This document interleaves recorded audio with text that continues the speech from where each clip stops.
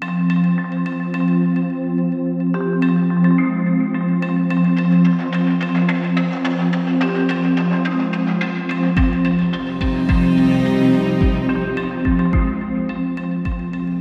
সদরের বাপ্তা পাইলট এলাকায় মাদক ব্যবসায়ী মোহাম্মদ শহীদুলের গোপন আস্তানা তল্লাশি করে 187 বোতল ফেন্সিডিল, 28 কেজি 500 গ্রাম গাঁজা, 17 পিস ইয়াবা, একটি রামদা, 6টি অ্যান্ড্রয়েড মোবাইল এবং নগদ 32,080 টাকা সহ 5 জনকে আটক করা হয়।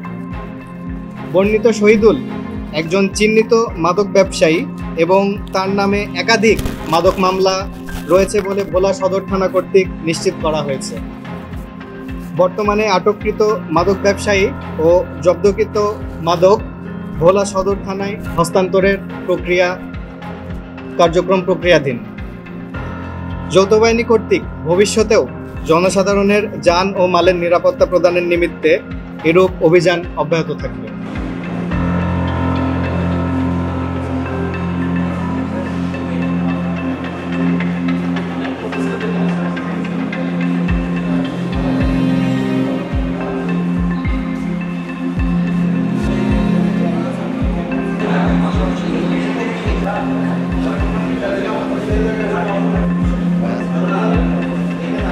পঞ্চাশ বছরের ওয়ারেন্টি আর বাহারি ডিজাইনের মুস্তফা ইউপিভিসি ডোর, কাটিয়ে দিন নিশ্চিন্তে 50 বছর। Mustafa uPVC door, excellence with durability.